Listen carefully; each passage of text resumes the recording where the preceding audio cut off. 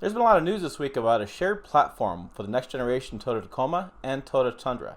It's been on the news sites, it's been on forums, I've been asked about it a couple times. I'm going to tell you what you really need to know about it and why all the buzz about this is just a load of bullshit.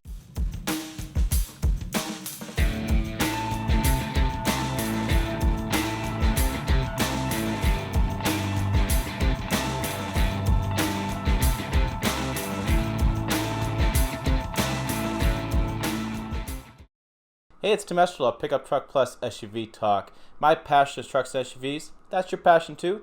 Hit subscribe below to follow along this channel and bell notification to be notified when I put out new videos. In this video, I'm going to tell you about the new shared platform with the Toyota Tundra and Toyota Tacoma. It's made a lot of buzz this week. People keep talking about this new F1 platform since the news broke on Monday. I was out of town, so unfortunately I didn't get my video out till today, but I saw a lot of news and a lot of comments coming in to me about wondering what's going on. Whenever you say shared platform, people get all nervous. They start thinking the payload ratings of the Tacoma is going to go down while the Tundra is going to go up, and the tow rating is going to be different. So the Tacoma tow rating is going to be different than the Tundra, so you can't share the platform, and there's all this garbage out there. That's really not what's going on here. What's going on here is Toyota just making some efficiencies in production in the assembly plant and saving some money. Toyota's a company like anything else, and they're always looking at the bottom line. Toyota's been doing this for a while in what's called the Toyota New Global Architecture. They started this a couple years ago with their cars, and now they're just doing the same thing with their trucks. And so the piece of the news people keep missing is that Hilux was included in this as well. So they're just taking their entire truck lineup, trying to put it on a shared platform.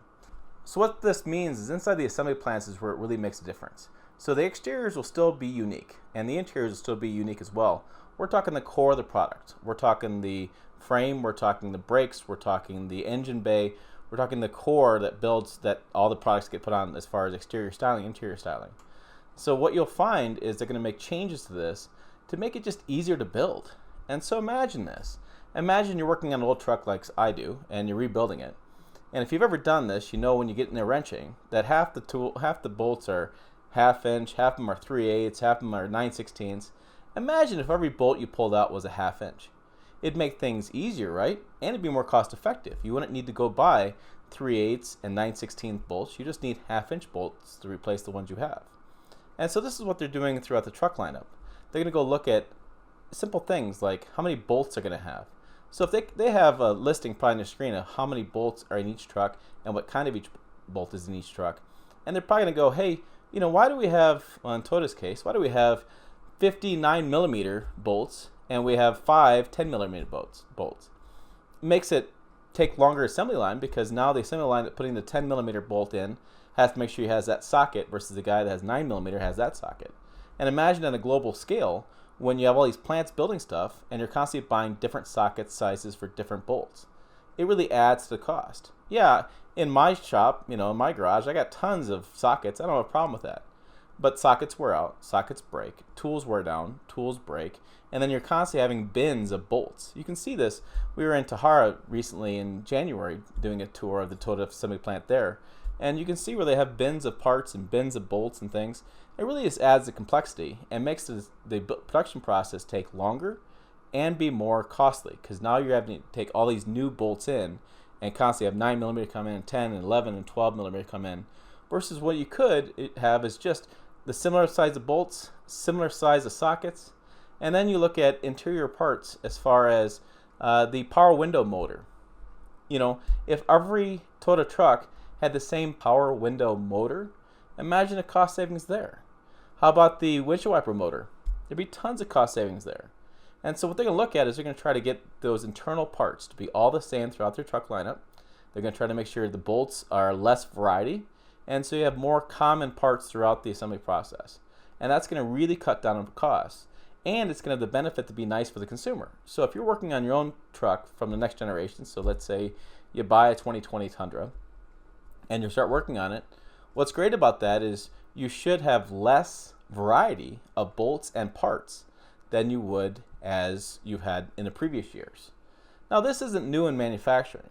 Chevy's been doing this for years. The Chevy and GM Silverado and GMC Sierra have been built on the same platform for several years. This makes sharing parts easier, it makes design easier, makes engineering easier because now they don't have to have such complexity in different parts. And that's exactly what Toyota is doing here. And so I would expect that, yeah, we're going to see the Hilux have the same parts as the Tacoma, and you'll see the Tundra have similar parts to the Tacoma as well. You're not going to have the same frame. The Tundra frame's going to be bigger. You're not going to have the same payload and towing rating. That's going to change your vehicle. The look's going to be different as well, as we've seen with different Toyota models they put out. So you'll still have those unique pieces, but from an engineering side and a profit side, it's going to be a lot more cost effective for Toyota to do this. It's going to be cheaper for them. They can produce trucks faster, and they'll probably be a little bit better quality as far as not having so many different variety of parts. Varieties of parts are great, and they make a more unique vehicle, but that also means you're going to have more issues later on. And that's something that Toyota does not want to have. They want to have the best reliability out there, so this is another way they're going to be able to do this.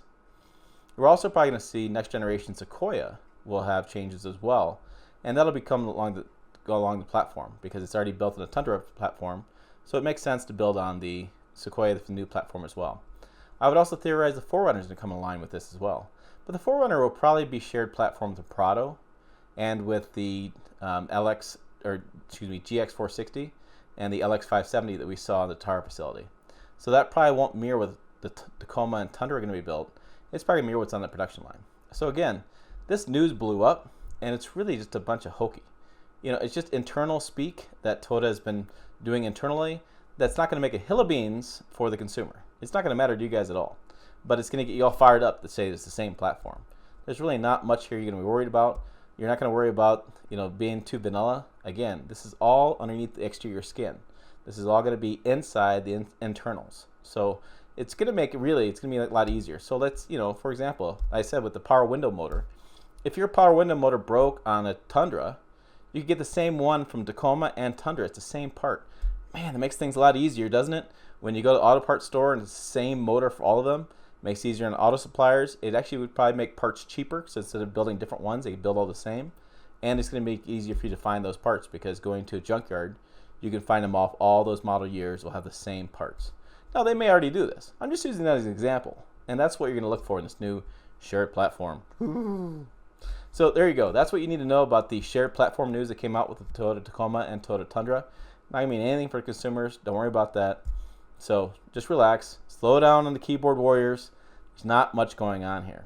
So for more news like this and more practical viewpoint in the latest news, make sure to subscribe below and bell notification to be notified of new videos I put out. Find us on pickuptrucktalk.com, on Twitter, Instagram, and Facebook. It's all Pickup Truck Talk. Made it easy. 3 words, the same each way. So hey, thanks for watching. I'll see you down the road.